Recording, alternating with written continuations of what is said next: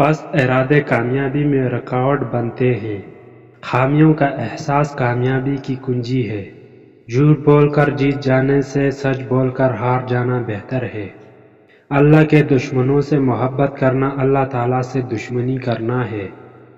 کمزور موقعوں کی تلاش میں رہتے ہیں، باہمت انسان خود موقع پیدا کرتے ہیں۔ برا دوست کوئلے کی مانند ہے، گرم ہو تو جلائے گا، ٹھنڈا ہوگا تو کھاد کالا کرے گا۔ ماں کے بغیر گھر قبرستان ہے۔ علم کے بغیر انسان اللہ کو نہیں پہچانتا۔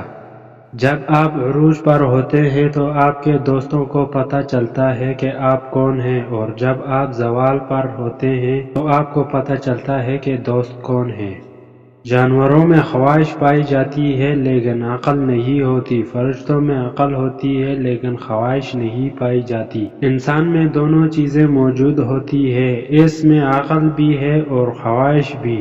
اگر انسان خواہش سے عقل کو دبا لیتا ہے تو جانوروں کے صف میں شامل ہو جاتا ہے، اور اگر عقل سے خواہش کو دبا لیتا ہے تو اس کا شمار فرشتوں کی صف میں کیا جائے گا۔ اللہ کی راہ بظاہر کانٹوں سے بھری ہے مگر در حقیقت اطمینان اور سکون کے دولت سے بھری پڑی ہے۔ اچھا انسان وہ ہے جو کسی کا دیا ہوا دکھ تو بھلا دے مگر کسی کی دی ہوئی محبت کبھی نہ بھلائے۔ تکبر علم کو کھا جاتا ہے۔ اچھا سوال آدھا علم ہے۔ زندگی اس طرح بسر کرو کہ دیکھنے والے تمہارے درد پر افسوس کرنے کے بجائے تمہارے صبر پر رشک کریں۔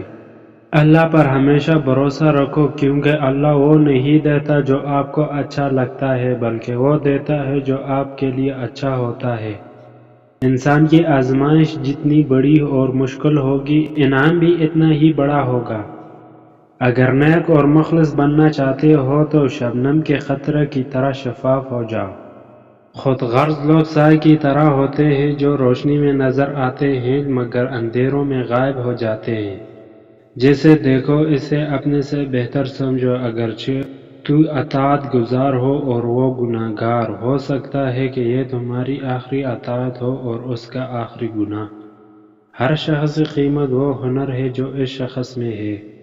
کامیاب انسان وہ ہے جو ان اینٹوں سے ایک مضبوط بنیاد تیار کرتا ہے جو لوگ اس پر اچھالتے ہیں۔ خوبصورت عمل انسان کی شخصیت کو بدل دیتا ہے اور خوبصورت اخلاق انسان کی زندگی۔ گفتگو میں اطاعت ذہانت سے زیادہ کردار ادا کرتا ہے۔ امت مسلمہ کے زوال کی دو اسباب ہیں: قرآن پاک سے دوری، آپس کے اختلافات۔ انسان زندگی سے مایوس ہو تو کامیابی بھی ناکامی نظر آتی ہے۔ نیکی کے لیے تکلیف اٹھا لیا کرو، کیونکہ تکلیف ختم ہو جائے گی مگر نیکی کبھی ختم نہیں ہوگی۔ جب کبھی تم بغیر کسی وجہ کی خوشی محسوس کرو تو یقین کر لینا کہ کوئی تمہارے لیے کہیں دعا گو ہے۔